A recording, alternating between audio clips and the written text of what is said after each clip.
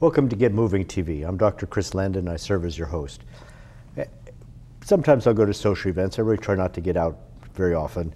And the guests, you know, they're fun to talk to, but on occasion, there's one that just leaps out. We were talking a little bit about just the student kind of productions we do here, and he'd gotten involved with KCLU. With me today is JohnNorth, winner of now his 5th Golden Mike Award. So, John, welcome to the show. Thank you, Chris. Thank you very much. I know this is that party was good. Oh, it's a great party. Yeah. Is this your first time in front of a camera? Because you've been the voice of radio for... No, I did some TV reporting for about 4 years during the mid-'80s, but always went back to radio. I never could become accustomed to television for some reason. So that was at KCOP, Channel 13 in Los Angeles. Well, one of the things they do here is they train people. That's really their job, and we want people to develop different careers, and radio, I think, is now more going on to the internet. Were you involved in anything particular in radio, maybe something innovative? Well, actually, I broke into radio in radio news in 1961. I had worked in radio for 3 years prior to that as what passed for rock and roll disc jockey in those days, the late 50s, the Buddy Holly era, et cetera, et cetera. And then got married. We had a daughter, moved to San Diego, and couldn't find a job. Couldn't get arrested if I, ran down Broadway. So finally, one day I saw an ad in the paper, or my wife did, help wanted news announcer. Telephone number to call, so I called. Make a long story short, there was an audition given for 8 to 10 news anchors at the Mission Valley Inn in San Diego, and this was very early in 1961. My audition consisted of reading 2 stories off the front page of the San Diego Union newspaper, and then reading those into a microphone. Got the job. We were not told what station we were going to work for. So we all had a meeting after everybody had been hired, after they'd hired the initial anchor staff. And we got into this room, and this man stood up and said, "Welcome, you are the new anchors for an all-news radio station." And we looked at each other as if, what has this guy been smoking? I mean, all news? Who's going to listen to all news 24/7? A lot of people did, and a lot of people still do. So that was the beginning of Extra News. Our marketing promotion was Extra News over Los Angeles. We were 10 to 15 miles outside of Tijuana, Mexico, in an old Quonset hut. And a couple of stories about the old Quonset hut. The front door sometimes didn't close. The caretaker kept goats. One time I turned around from the anchor desk during a commercial break and was staring face to face with a goat. There was also the time that a big snake entered the studio. So we had a few visitors down there, but it was an interesting job, and it was the forerunner of what ultimately became KFWB and KNX. And in '68, when they went all news, that put us out of business. What were your call numbers, just out of curiosity? 690. A mighty 690. The mighty 690, that's what it had been. It had been a big rocker, and the call letters in Spanish were XETRA, XETRA. So we used the term extra news over Los Angeles, when in fact we were over Tijuana. But we had a huge signal. So then I came up to LA. And what did you do in Los Angeles? How did your... I went to work for Metro Media Radio.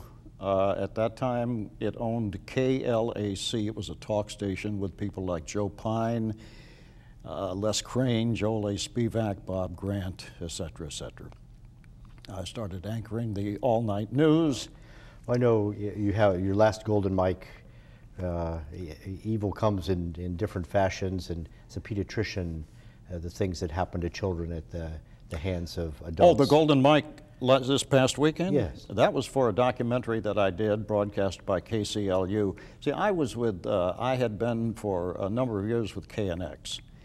And when the economy went south a few years ago, KNX decided to not produce documentaries anymore. So the news director offered me a job as a producer, But I wanted, at this stage of my life and this age, I wanted to continue doing what I've been doing all of my career, you know. So Lance Orozco, the news director of KCLU, the NPR station in Thousand Oaks, offered me, called me up, we met, he offered me a job producing documentaries for the station. It's a very small station, but very prestigious. I think they've so far, prior to my arriving there, had won 150 golden mics or some obscene number, something like that, you know. You're talking a little bit about KCLU. We have an intimate relationship with their psychology department. They've opened up near one of our clinics. And I know they're trying to upgrade their equipment. What's happening with KCLU as a radio station? Well, KCLU, and I had been aware of KCLU through Lance Orozco. Lance is has a very high profile in the Radio Television News Association organization. That's the organization that awards the Golden Mics in Southern California. And I knew of Lance because at one time he was a weatherman at Channel 2. And so I knew Lance, and when he called me and I ultimately hooked up with him, I found I was working in the smallest radio station, size-wise, I had ever worked in my life. Now, they've been there for almost 18 years and done a magnificent job, but they are in what used to be a tiny chapel on the campus of California Lutheran University.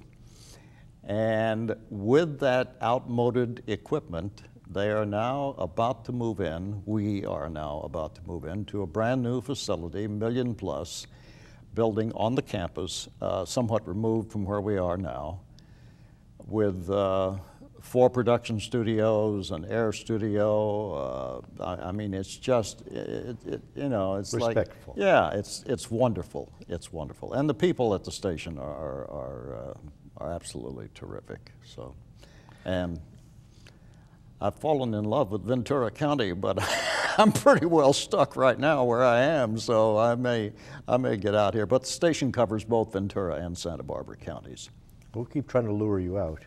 Now, you were also working on another story. I mean, we hear about North Korea and South Korea and posturing, but it's kind of the lost war. Well, that's exactly the lost war and the forgotten war are 2 terms that are frequently associated with the Korean War. Lance and I spoke about doing this documentary, which I am working on now, about the Korean War. The Korean War, for those who might not know, is a war that broke out on June 25th of 1950. It lasted for 3 years. The loss of life was horrendous, with American combat troops on the ground. It was never declared a war. It was declared a police action. And that infuriated a lot of combat veterans. But the reason Truman called it a police action, because it already had the sanction of the United Nations through Trygve Lie, who at that time was the new Secretary General of the United Nations, and the UN, with Russia not in the Security Council at the time, they were out huffing and puffing about something else, voted to assist South Korea when the North Koreans invaded South Korea on that Sunday, June 25th, 1950. First of all, Truman ordered ships from the 7th Fleet, at that time stationed in Olongapo in the Philippines, known better as Subic Bay, and they steamed up the, what at that time were the Formosan Straits, the Straits of Taiwan, and passed near Taiwan with a particular reason in mind to show force, because Mao Zedong at that time was extricating the nationalist Chinese from mainland China. He was just about to wind down that war. So Truman wanted Mao to know that the U.S. was behind, you know. So the 7th Fleet got on station. The Navy at that time had mothballed more ships than you can imagine. The budget for military operations in the Army and all the branches of the services was cut to a bone. But within a very short period of time, everything was beefed up. By the middle of the war, we had a lot of carriers on station. We had destroyers and minesweepers, et cetera, et cetera. And Truman, MacArthur was head of the occupation forces in Japan at that time, so Truman appointed him as commander of the Korean situation. And we sent some rather ill-prepared Army guys from Japan to protect initially the Pusan perimeter, the Pusan, Port of Pusan, and the Pusan perimeter around that, because without the Port of Pusan, we would not have had any way to get supplies into the peninsula of Korea. Korea is about the size of the state of Utah. It's divided in half at the 38th parallel between North and South, North being communists and South being democracy.